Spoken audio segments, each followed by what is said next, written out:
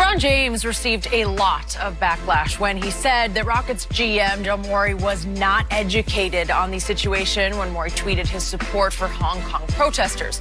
LeBron has since said that he thought the timing of the tweet, not the content, was the issue. In response, protesters have trampled and burned LeBron jerseys. And respected USA Today columnist Christine Brennan, usually a huge LeBron supporter, says that LeBron's voice is, quote, significantly weakened after the comments. Muhammad Ali's ex-wife weighed in as well, saying that she wished LeBron would have stood up for the people of Hong Kong, that Ali would have handled it differently. Take a listen. Ali became more controversial, more international, and this man can go anywhere. They will not take Muhammad Ali's shorts and burn them anywhere. It would never happen because you are a man of the world. But James should be the same way, a man of the world. Shannon, has LeBron's image taken a hit here? Skip, he had a misstep, and there's no way around it. And I said that yesterday, Skip. And Muhammad Ali's wife, and she was his wife at the time that he was going through this, when he said, "I'm not going to fight in Vietnam." She was his wife at the time, and and from what I was reading, she was at the forefront. And remember Muhammad's statement, I got no quarrel with the Viet Cong, because they never called me the N-word. That is correct. And Skip, the thing is, and he tweeted something, LeBron tweeted something on Dr. King's birthday. And basically, not to go into the entire tweet, he says, "Injustice anywhere is a threat to justice everywhere." Okay. So if you feel that way here in America, and LeBron has been very, very outspoken, as I said to Trayvon Martin, he was on center stage with Hillary Clinton at her campaign. Yeah. If you feel that here, shouldn't you feel that everywhere? Skip, a part of me says, okay, I wish Daryl hadn't sent that tweet while we're over here, because it put us in a very uncomfortable situation. Yep. Just say that. It put us in a situation that, maybe it posed a threat to us physically. Maybe something could have happened to us. But when you said he was uninformed and uneducated on a situation, Daryl Morey, the Houston Rockets do more business with China than anybody. Yao Ming, who's the biggest internationalist, the Rockets. They're China's team. Yes. Yeah. So Daryl Morey knew full well what he was doing. And for Did he? Did he understand the economic ramifications?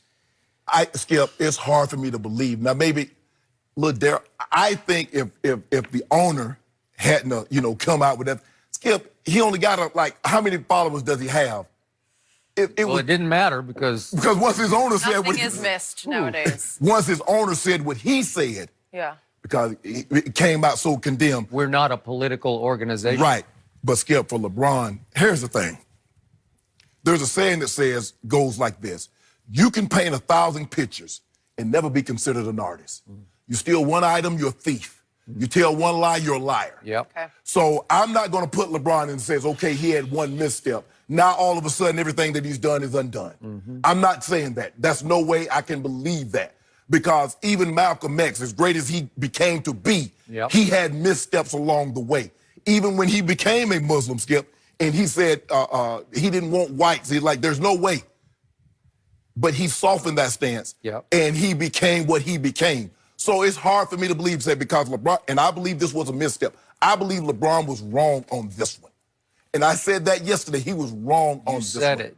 And I knew he was going, and he has to understand, like he said, words has consequences and actions. He must understand that his words and what he said was going to have ramifications. He understood that. And and it's just hard for me to believe that he's been so outspoken here that this one time is like he was wrong and he's uneducated. It's just, and like I said, and since we're talking about China, there's a Chinese proverb that goes like this, Skip. It says, you measure 10 times and cut once. You don't cut 10 times because you measured once. LeBron had 10 days to measure and remeasure and remeasure and speak. Well, did he just, after he measured and remeasured, did he show you exactly who he is and who he is not? Skip, I don't believe. I believe LeBron. I believe the LeBron that spoke out on Trayvon Martin. I believe the LeBron that has been so outspoken about this president and I think he called him a clown, or he called him something. You A bum. bum. I believe that is the LeBron James that opened the I Promise school. I believe that is the LeBron James. I believe this LeBron James in this instance is wrong. But I do not believe him being wrong in this instance undoes everything that he's done. And I am with you on that, your takeaway. I also want to compliment you. You have been extremely objective on this. Obviously, I think you over-defend LeBron in basketball context, but in this one, I've been shocked at how critical you've been of LeBron in the last 24 hours on this show over the misstep. Okay, now I'm going to go biggest picture takeaway, long term. I don't think this will do major damage to LeBron's image or his brand or his well-deserved reputation in this country for being so courageously outspoken on social justice issues at the United States of America. Okay. But he has made it clear, I don't want to be a global spokesman. I want to deal with our issues here. I don't care about the issues there because I don't even know about them. His clarification tweet the other night after he spoke the first time, 24 hours ago, was, I don't know anything about the substance of Hong Kong versus China. I'll leave that to others. So he's just saying, I'm out there. I don't want to get involved in that. But I do care about the kids in our inner cities. And then he went back into all the issues that he has campaigned for and against, right? Yes. So I still appreciate that side of LeBron. Right. I also appreciate Christine Brennan because she is a powerful voice, as Jenny said. She is. And yet, there's certain, her early line takeaway here is, he is not the man we thought he was. Wow, this is a scathing piece. Strong, yeah. So LeBron has lost her and probably others like her. Sure. Maybe the liberal sort of idealists, maybe they're going to say, I thought, maybe I was naive, and I think they were, that he would take a stand on Hong Kong. But no. But Skip, anytime you take a stand on any issue, you're going to lose some. Okay. You take a stand on Trayvon Martin, you lose some. You stand on stage with Hillary Clinton, you lose some. He understands that. But I believe, Skip, if you want to be thought of and revered like Ali, you must take stands globally like Ali. Skip, you can't say I'm for equality here, but apartheid in South Africa, that ain't got nothing to do with me. But that's an issue much dear to the hearts of Americans who can appreciate, right? African Americans can appreciate that issue, where I'm not sure LeBron can appreciate what's going on in Hong Kong. I don't know, but I don't think he's even focused on what's happening there. I don't believe but anything has to do with democracy. If you want democracy here in America, you should want democracy everywhere. Which leads, that is the fact that he and the NBA have made millions, going on billions of dollars by doing business with a communist country whose ideals are as far from LeBron's as I think you could get.